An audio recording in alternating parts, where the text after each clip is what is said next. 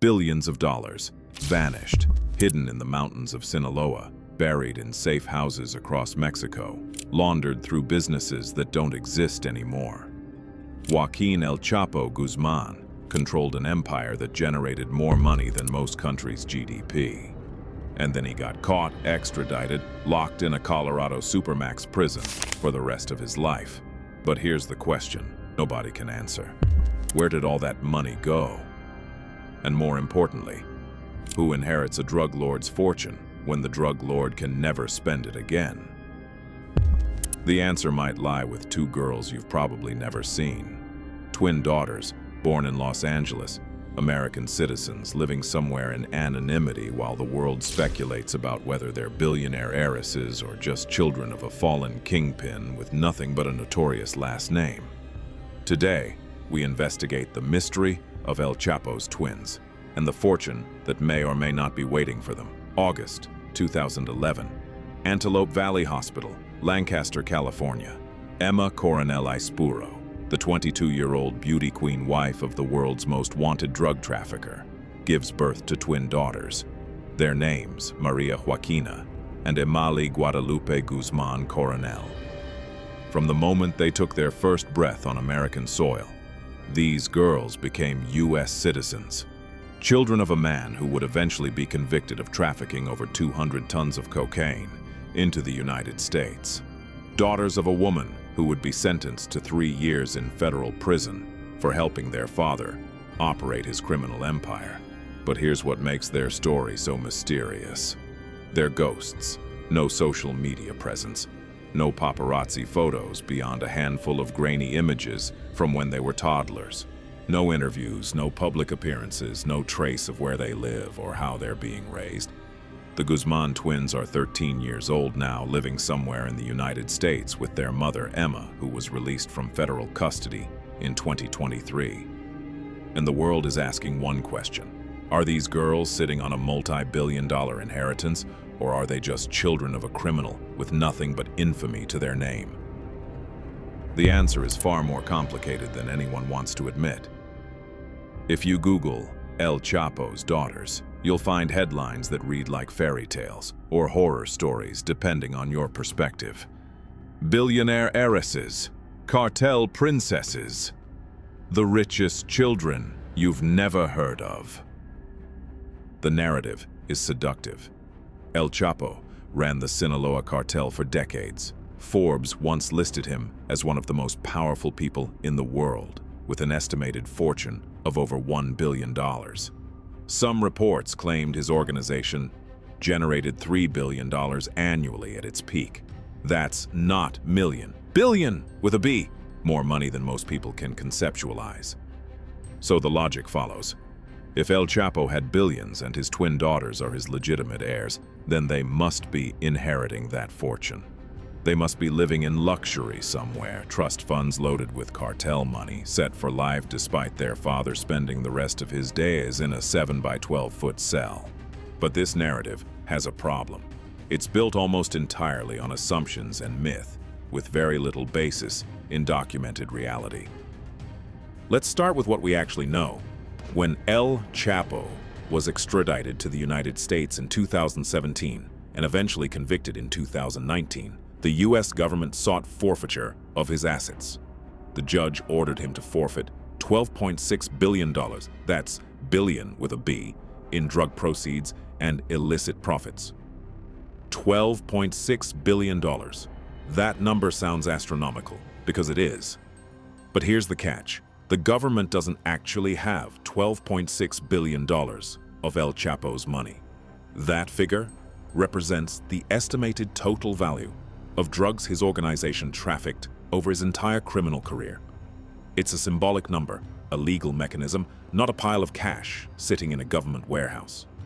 What authorities actually seized over the years is far less impressive.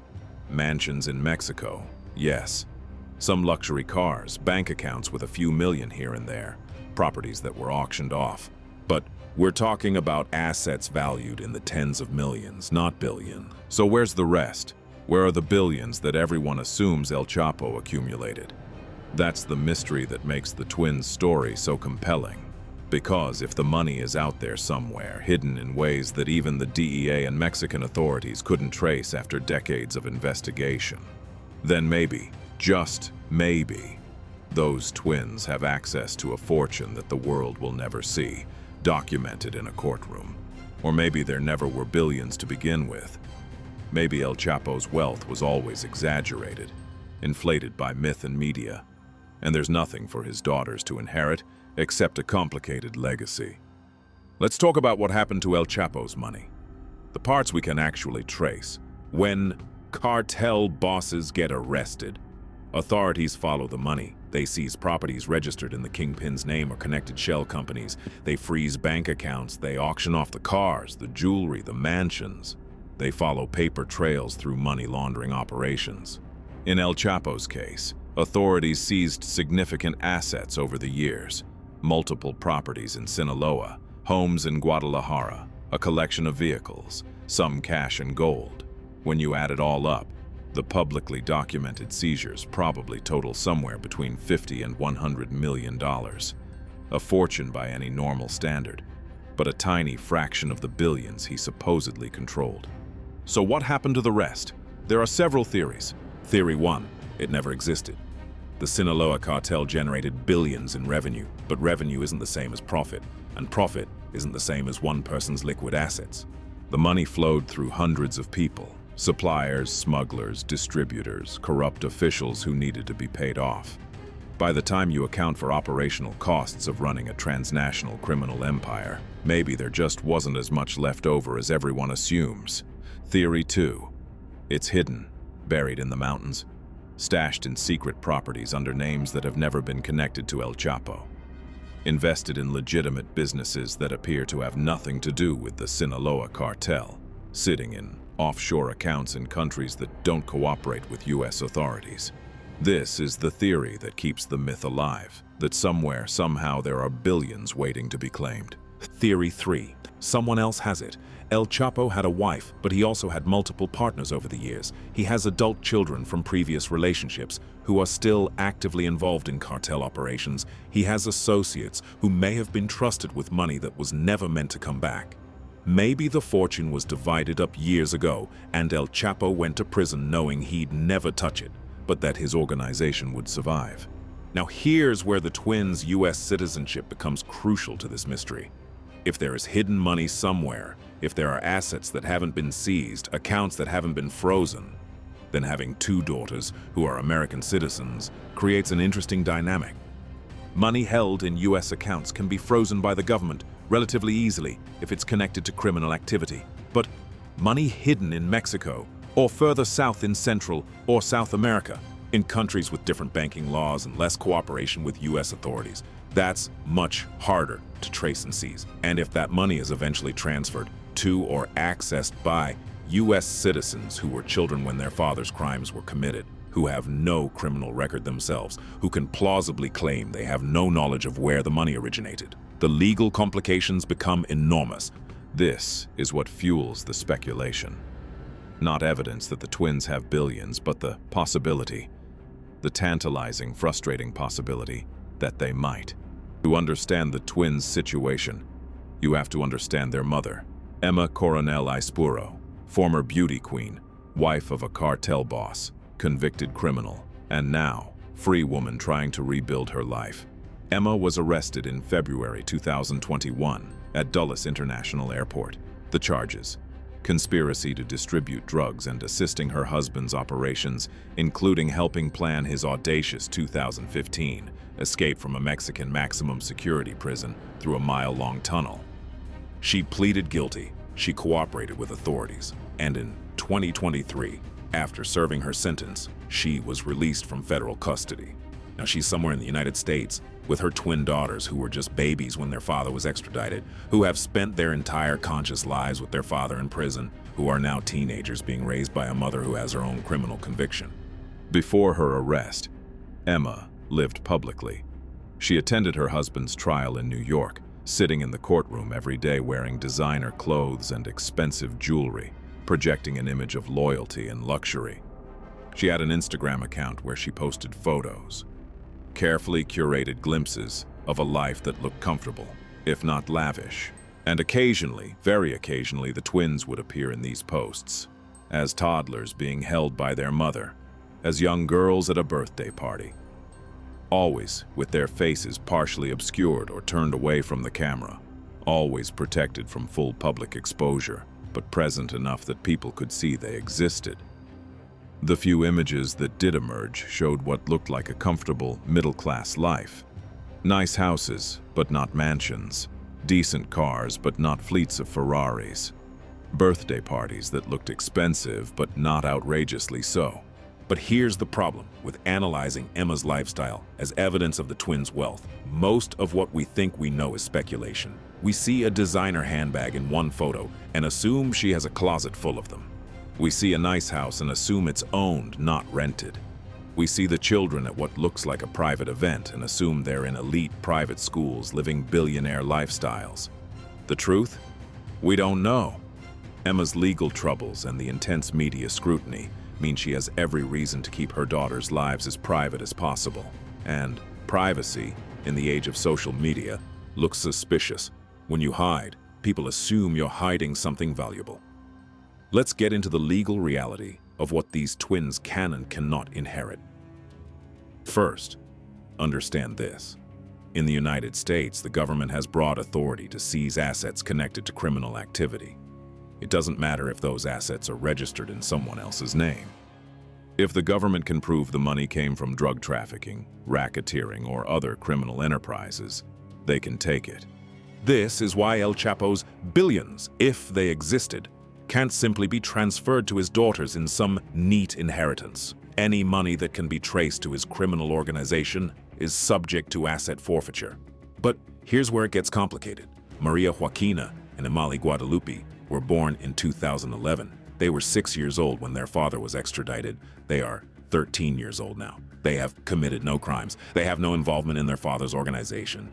Under U.S. law, you cannot punish children for their parents' crimes. You cannot seize assets from minors simply because their father was a criminal, unless you can prove those specific assets came directly from criminal activity. So if there's money somewhere that's registered in the twins' names or in trusts established for their benefit, the government would need to prove that specific money came from El Chapo's drug empire. And if that money has been laundered well enough, if it's been moved through enough shell companies and legitimate businesses and foreign accounts, making that connection becomes incredibly difficult. This is why speculation persists. It's not impossible that the twins could have access to money that the government can't touch. It's just very, very difficult to confirm. Additionally, there's the matter of what Emma herself might have. She served her time, she paid her debt to society in the eyes of the law. She's a free woman. If she has money from sources the government hasn't connected to criminal activity, she can use it to support her daughters. Is she wealthy? We don't know. She hasn't declared bankruptcy. She's supporting 2 children. She maintained legal representation during her case. Someone is paying for housing, food, education, and everything else that comes with raising teenagers in the United States. But whether that money comes from seized assets that were returned, from family support, from legitimate work, or from hidden cartel funds, we simply don't know. So what does the future hold for Maria Joaquina and Imali Guadalupe Guzman Coronel? They're 13 years old right now. Teenagers growing up in the United States with a last name that's infamous worldwide. Their father is El Chapo. Their mother is a convicted felon. Their grandfather was a major cartel figure. Their half-brothers are accused of running what remains of the Sinaloa Cartel in Mexico. But they're also American citizens who have never been charged with a crime, who have lived their entire lives in the United States, who by all accounts are being raised to stay as far away from their family's criminal legacy as possible. The challenges they face are unique. Imagine being a teenager trying to make friends, trying to date, trying to apply to colleges, trying to build a normal life. And your father is literally one of the most notorious criminals in modern history. Do you use your real name? Do you try to hide who you are? Do you embrace the legacy or run from it? And then there's the money question. If there is a fortune waiting for them somewhere, if there are hidden accounts or properties or investments that will become accessible when they turn 18 or 21, what do they do with it? Do they accept wealth built on their father's crimes? Do they refuse it on principle? Can they even access it legally? Or is there no fortune at all? Are they simply Two teenagers whose childhood was defined by their father's imprisonment and whose future will be defined by overcoming the stigma of his name. The reality is probably somewhere in between. They're not homeless and destitute. Someone is providing for them, and they're growing up in the United States with access to education and opportunities. But they're probably not billionaire heiresses either, not in the way tabloids imagine. They might have access to some money as they get older, maybe a few million that was hidden well enough to avoid seizure, maybe income from legitimate businesses in Mexico that are technically unconnected to cartel activity, maybe inheritances from other family members who weren't convicted criminals. Or maybe they'll grow up, change their names, get jobs, and build lives completely separate from their father's legacy, living as normal middle-class Americans who just happen to have the most complicated family history imaginable. The world may never know what happened to El Chapo's money. Despite decades of investigation, despite the seizure of millions in assets, despite convictions and cooperation, and following every lead authorities could find, the full accounting of his fortune remains a mystery. And because that mystery exists, the speculation around his twin daughters will continue. Are they billionaire heiresses living in luxury somewhere in California or Arizona or wherever Emma has settled? Or are they just two teenagers trying to have normal lives while carrying the weight of a name that will follow them forever? The truth is probably less dramatic than either extreme. They're not living in poverty, but they're probably not living in mansions either. They have some resources, but probably not billions. They have opportunities because they're U.S. citizens with access to education, but they also have obstacles because of who their father is. What's certain is this: Maria Joaquina and Emali Guadalupe Guzman Coronel didn't choose their father. They didn't choose to be born into a cartel family. They didn't choose to have their lives scrutinized by people who will forever wonder if they're secretly rich beyond imagination. They're 13 years old. They're American. They have a future ahead of them that they'll have to build in the shadow of their father's legacy. Whether that future includes a hidden fortune or just the complicated burden of a notorious name, we may never know.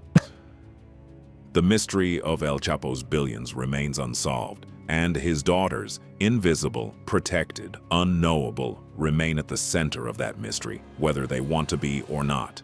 So, what do you think? Are the twins sitting on a hidden fortune? Or is the billionaire heiress narrative just a myth? Let us know in the comments below. And if you want more deep dives into the financial mysteries of the cartel world, make sure to subscribe and hit that notification bell. Because in the world of drug trafficking, the money trail never ends. It just disappears into shadows where we can only speculate about what's really there.